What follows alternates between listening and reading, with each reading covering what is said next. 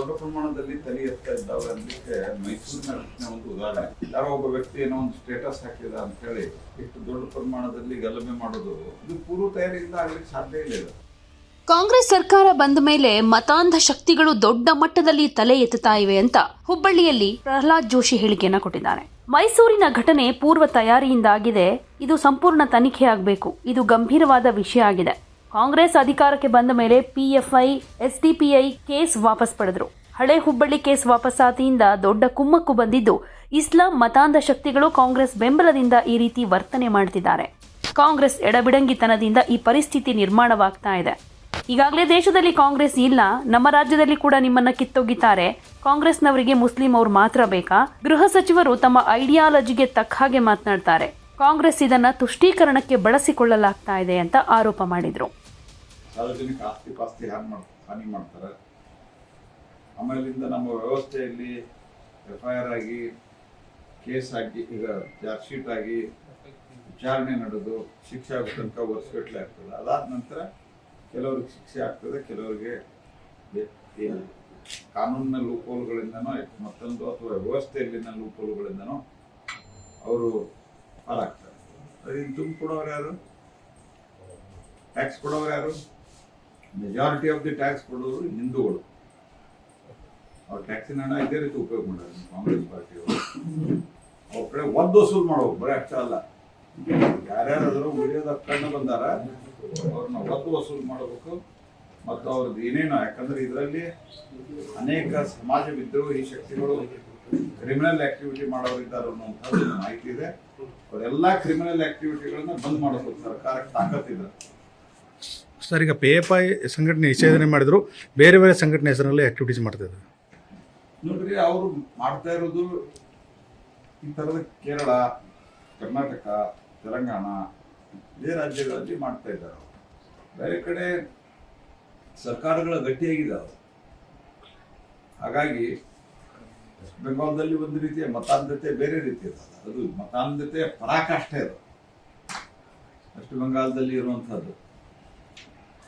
ಅದು ಒಂದು ಬೇರೆ ವಿಷಯ. ಆದರೆ ಈ SDPI, PFIಗಳು ಇವು ಬೇರೆ ಬೇರೆ ಸಂಘಟನೆಯಲ್ಲಿ ಹೆಸರಿನಲ್ಲಿ ಕೆಲಸ ಮಾಡ್ತಾ ಬ್ಯಾನ್ ಆದರೂ ಸಹಿತ ಜನರಿಗೆ ತೊಂದರೆ ಕೊಡ್ತಾ ಇರೋದು ವಿಶೇಷವಾಗಿ ಕಾಂಗ್ರೆಸ್ಸು ಅಥವಾ ಕಮ್ಯುನಿಸ್ಟರು ಅಂತ ಕೇರಳದಲ್ಲಿ ಮಾತ್ರ. ಹಾಗಾಗಿ ಇವ್ರು ಕುಮ್ಮಕ್ಕಿಂದ ಇದು ನಡೀಲಿಕ್ಕೆ ಸಾಧ್ಯನೇ ಇಲ್ಲ. Congress is directly responsible for this. ಇವತ್ತೇನು ಮೈಸೂರಲ್ಲಿ ಆಗಿದೆ, ಯಾಕಂದ್ರೆ ಅವರೇನೋ KJHD, DJHD ಕೇಸಿನ ತೆಗೆಯುವ ಬಗ್ಗೆ ಪ್ರಸ್ತಾಪ ಮಾಡಿದ್ರು. ಹುಬ್ಬಳ್ಳಿಯಲ್ಲಿನ ಕೇಸಿನ ತೆಗಿಲಿಕ್ಕೆ ನಿರ್ಣಯ ಮಾಡಿದ್ರು ಹಳೆ ಹುಬ್ಬಳ್ಳಿ ಪೊಲೀಸ್. ಆದ್ಮೇಲೆ ಅವ್ರಿಗೆ ಅನಿಸ್ತದೆ ಏನು ಒಂದು 6 ತಿಂಗಳು ಜೈಲಿನಲ್ಲಿ ಇದ್ರು ಸಹಿತ ನಾವು ಈ ನಮ್ಮ ಮತಾಂಧ ಸಂಘಟನೆಯನ್ನ ಮುಂದುವರಿಸಲಿಕ್ಕೆ ಇದು ಒಳ್ಳೆ ಅವಕಾಶ ಕಾಂಗ್ರೆಸ್ ಪಾರ್ಟಿ ಇದ್ದದ್ದು ಅನ್ನುವಂಥದ್ದು ಅವರ ಮಾನಸಿಕತೆ. ರಾಹುಲ್ ಸರ್, ರಾಹುಲ್ ನೋಡ್ರಿ, ಅಲ್ಲಿ ವಿಡಿಯೋ ಇದೆ. ಅವರಿಗೆ ಜವಾಬ್ದಾರಿ ಇರ್ಬೇಕು. ಯಾವ ಕಾಂಗ್ರೆಸ್ ಹೋಗ್ತಾರೆ ಯಾರೋ ಹೇಳಿದ್ದಾರೆ, ಜವಾಬ್ದಾರಿ ಇರ್ಬೇಕು. ಸ್ವಲ್ಪ ಜವಾಬ್ದಾರಿಯಿಂದ ಮಾತನಾಡೋದು ಕಲಿಬೇಕು. ಅಂದ್ರೆ ಒಟ್ಟೆ RSS ಅಂದ್ರೆ ಏನು ಹಿಂದೂಗಳು ಅಂತ ಹೇಳೋ ಧೈರ್ಯ ಇಲ್ಲ. ಮೊದಲಾದ್ರೂ ಬರೀ ಹಿಂದೂ ಅಂತ ಹೇಳ್ತಿದ್ರು, ಈಗ RSS ಅಂತ ಹೇಳಿಕ್ ಶುರು ಮಾಡ್ಯಾರ. ಈಗ ಅದಕ್ಕೆ ಅದರ ವಿಡಿಯೋ ಅದ. ಆನಂತರ ಇಷ್ಟು ದೊಡ್ಡ ಪ್ರಮಾಣದಲ್ಲಿ ಸೇರಿಸ್ಲಿಕ್ಕೆ ಮತಾಂಧ ಈ ಶಕ್ತಿಗಳು ಮೊದಲ ಪ್ಲಾನ್ ಮಾಡಿದ್ದಾವೆ. ಅದರ ಪ್ರಕಾರ ವ್ಯವಸ್ಥಿತವಾಗಿ ಪ್ಲಾನ್ ಮಾಡಿ ಇದನ್ನ ಮಾಡಿದ್ದಾರೆ. ಶಕ್ತಿಗಳು ಬಹಳ ದೊಡ್ಡ ಪ್ರಮಾಣದಲ್ಲಿ ತಲೆ ಎತ್ತಾ ಇದ್ದಾವೆ ಅನ್ನಲಿಕ್ಕೆ ಮೈಸೂರಿನ ಘಟನೆ ಒಂದು ಉದಾಹರಣೆ.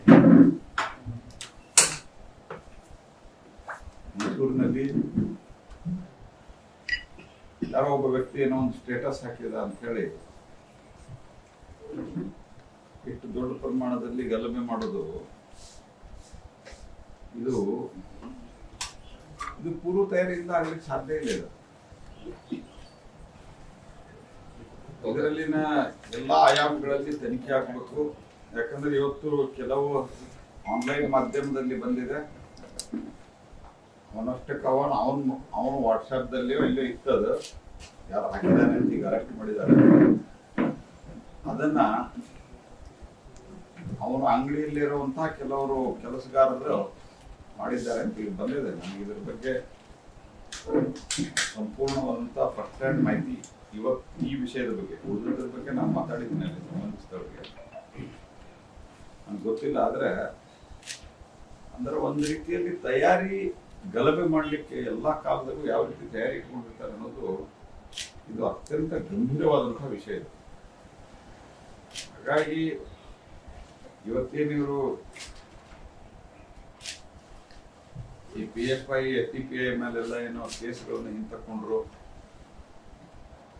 ಅವರಿಗೆ ಹುಬ್ಬಳ್ಳಿಯ ಗಲಭೆಯಲ್ಲಿ ಕೇಸ್ ಹಿಂತಕೊಂಡ್ರು, ಇದೆಲ್ಲವೂ ಒಂದು ರೀತಿಯಲ್ಲಿ ಅವರಿಗೆ ದೊಡ್ಡ ಪ್ರಮಾಣದಲ್ಲಿ ಕುಮ್ಮಕ್ಕು ಸಿಗ್ತಾ ಇದೆ. ಅನೇಕರು ಹಿಂದೂಗಳ ಭಾವನೆಗೂ ಸಹಿತ ಧಕ್ಕೆಯಾಗುವ ರೀತಿಯಲ್ಲಿ ದೊಡ್ಡ ಪ್ರಮಾಣದಲ್ಲಿ ವರ್ತಿಸಿರುವಂತಹ ಉದಾಹರಣೆ ಇದೆ. ಆದ್ರೆ ಎಲ್ಲೋ ಒಂದ್ ಕಡೆ ಕೇಸ್ ಹಾಕ್ತಾರೆ, ಪೊಲೀಸ್ ಕಂಪ್ಲೇಂಟ್ ಕೊಡ್ತಾರೆ, ಅದಾದ ನಂತರ ಕಾನೂನು ಪ್ರಕಾರ ಕ್ರಮ ಆಗ್ತದೆ. ಆದ್ರೆ ಇವರು ಮತಾಂಧ ಶಕ್ತಿಗಳು ಮಾತ್ರ, ಇಸ್ಲಾಮಿಕ್ ಮತಾಂಧ ಶಕ್ತಿಗಳು, ಇವರು ಕಾಂಗ್ರೆಸ್ಸಿನ ಕುಮ್ಮಕ್ಕಿನ ಮೇರೆಗೆ ಈ ರೀತಿ ವರ್ತಿಸ್ತಾ ಇದ್ದಾರೆ. ಸರ್ಕಾರ ಇನ್ನಾದರೂ ಎಚ್ಚೆತ್ತುಕೊಂಡು ನೀವು ಈ ರೀತಿಯಾದಂತಹ ನಿಮ್ಮ ಎಡಬಿಡಂಗಿತನದ ಕಾರಣದಿಂದಾನೇ ಕಾಂಗ್ರೆಸ್ ಪಾರ್ಟಿ ನೋವೇರ್, ಈ 2-3 ಕಡೆ ಬಿಟ್ರ 3 ಕಡೆ ಎಕ್ಸಾಕ್ಟ್ಲಿ ಎಲ್ಲಿಯೂ ಇಲ್ಲ. ನೀವು ನಿಮ್ಮನ್ನು ಇಲ್ಲಿಂದನೂ ಕಿತ್ತೆಸೀತಾರೆ ಅನ್ನೋದನ್ನು ಕಾಂಗ್ರೆಸ್ ಪಾರ್ಟಿ ನೆನಪು ತಗೋಬೇಕು ಅನ್ನುವಂಥದ್ದನ್ನ ನಾನು ಹೇಳ್ತೇನೆ. ಮತ್ತು ಅಲ್ಲಿ ಎಷ್ಟು ಧೈರ್ಯ ನೋಡ್ರಿ, ವಿಡಿಯೋದೊಳಗೆ ಇದ್ದವ್ರನ್ನ ನೋಡಿ ಅರೆಸ್ಟ್ ಮಾಡ್ತಾ ಇದ್ದಾರೆ, ಆದ್ರೆ ಅಮಾಯಕರನ್ನ ಅರೆಸ್ಟ್ ಮಾಡ್ತಾ ಇದ್ದಾರೆ ಅಂತ ಕಾಂಗ್ರೆಸ್ ವಕ್ತಾರರು ಮಾತಾಡ್ತಾರೆ. ಕಾಂಗ್ರೆಸ್ನವರು ಅಂದ್ರೆ ಕಾಂಗ್ರೆಸ್ನವರಿಗೆ ಮುಸಲ್ಮಾನರಷ್ಟೇ ಬೇಕೇನಂದ್ರೆ ಇದ್ರ ಬಗ್ಗೆ ಉಳಿದ ಮತದಾರರು ಸಹಿತ, ಉಳಿದ ಸಮಾಜನೂ ಸಹಿತ, ಮತದಾರರು ಅನ್ನೋದಕ್ಕಿಂತ ಉಳಿದ ಸಮಾಜನೂ ಸಹಿತ ಗಂಭೀರವಾಗಿ ವಿಚಾರ ಮಾಡೋದು ಕಾಂಗ್ರೆಸ್ಸಿನ ಬಗ್ಗೆ.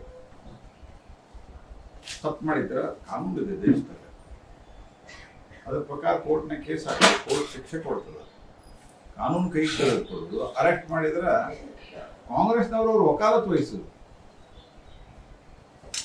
ಅದೇ ಕುಂಭದ ಬಗ್ಗೆ ಅಪಮಾನ ಮಾಡೋದು, ಅಯೋಧ್ಯೆ ಬಗ್ಗೆ ಅಪಮಾನ ಮಾಡೋದು, ಈ ರೀತಿ ಹಲವಾರು ಅಪಮಾನಗಳನ್ನ ಮಾಡ್ತಾರೆ, ಕಾಂಗ್ರೆಸ್ನವರೇ ಮಾಡ್ತಾರೆ.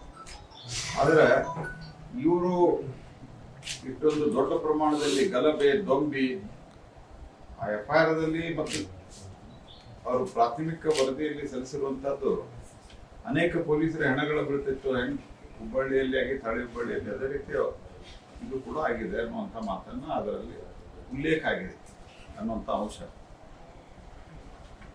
ಆದ್ರೆ ಕಾಂಗ್ರೆಸ್ ಪಾರ್ಟಿ ಇದನ್ನ ತುಷ್ಟೀಕರಣಕ್ಕೆ ಉಪಯೋಗ ಮಾಡ್ತಾ ಇರುವಂತದ್ದು ಅತ್ಯಂತ ದುರ್ದೈವದ ಸಂಗತಿ ಅನ್ನುವಂಥದ್ದನ್ನು ನಾನು ಹೇಳ್ತೇನೆ ಮತ್ತು ಇದನ್ನ ತೀವ್ರವಾಗಿ ಖಂಡಿಸ್ತೇನೆ.